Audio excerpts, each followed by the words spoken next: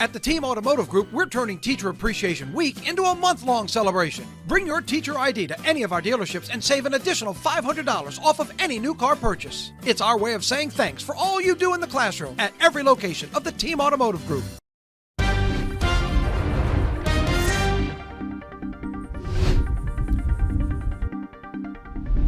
Good afternoon and thanks for joining us for 9 News Now. I'm Elizabeth Vowell. St. George is leading the headlines again almost a week after being appointed by Governor Jeff Landry.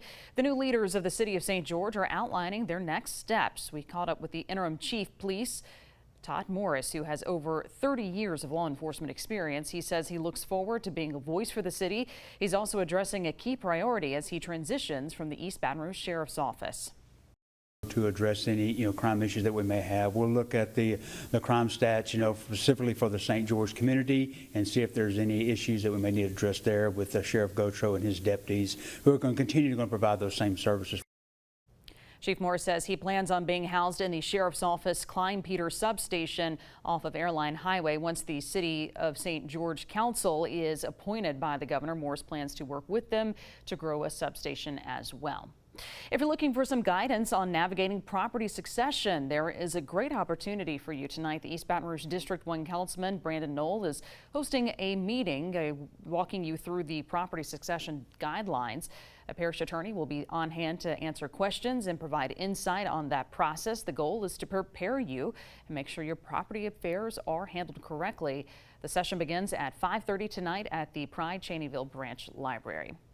Governor Jeff Landry declared a state of emergency for some of those areas impacted by last week's storms. The National Weather Service says a tornado hit Iberville, Pointe-Coupee, and West Baton Rouge parishes last week, all of which are included in that declaration. The governor went on to say that he is in contact with local officials as recovery efforts continue this week. Still to come on 9 News Now, some hot days ahead, feeling like summer. Our Jeff Morrow will have a look at those temps and your drive home.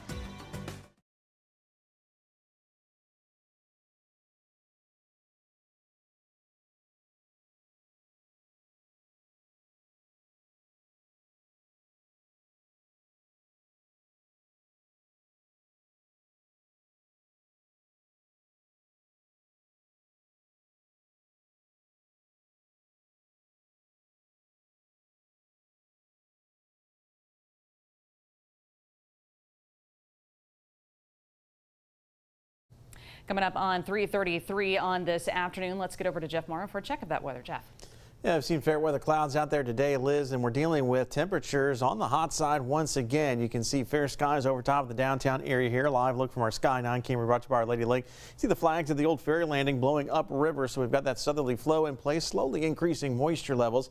Temperatures right now in the mid and upper 80s for the most part, but Baton Rouge setting the trend of hot temperature at 90 degrees at Metro Airport. You see the winds have been gusty today. We've got breezy conditions across portions of the area with wind gusts in the teens and low 20-mile-per-hour range with a sustained wind of 13 miles per hour, but notice that direction southeast and south across the vast majority of our area, helping to increase that moisture level. So we'll be around 90 degrees for the next couple of hours, then falling down through the 80s as we head into the evening outlook. So not much of a cool down expected overnight once again for tonight, as we'll only bottom out in the low 70s for tomorrow morning. Let's get an update on your traffic now as we send you over to our traffic flow map. You can see we've got delays both directions of I-10 right now through the city, but I-10 east we've got more of the red shade of color, which is that stop and go traffic. That begins right around LA 415 Lobdell. Starts to get really heavy right prior to LA 1 and then also just right prior to the merge with I-110.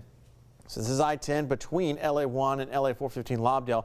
You see the slow traffic on the back side of the camera. That is actually in the westbound direction. We have a crash right at the LA 415 off ramp. It's off towards the shoulder, but causing some rubbernecking delays. Eastbound traffic is traveling towards the camera. That's slowing down LA 1's merge with I-10 just a little bit. Bruley to I-10, 7 minutes, average speed 34 miles per hour. More so as you get into the Baton Rouge side, where we've got some slowdowns from the Governor's Mansion curve to the 10-110, average speed there 44 miles per hour. Taking a look at I-10 right there at the 10-110 merge. You can see where traffic starts to pick up a little bit of pace as you head towards Dalrymple and beyond. Right now you drive completely from Gross Tate to the 10-110 interchange in that eastbound direction, taking just under a half hour with an average speed of about 33 miles per hour. It's about double what a delay-free trip should take you. Liz? All right, Jeff, thank you. And remember, our 9 News app is a great way to keep up with things going on in our area. If you haven't already, make sure you download that free app. You can scan the code right there or look for it in your app store. Thank you so much for joining us here on 9 News Now. Our next newscast is 9 News at 4. We'll see you then.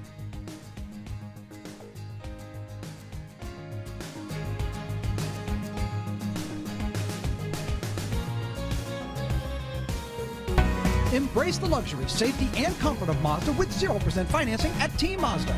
Right now, get 0% financing on any new Mazda CX-5, Mazda CX-30, Mazda CX-50, or Mazda CX-90. The savings are here at Baton Rouge's Mazda dealer, Team Mazda.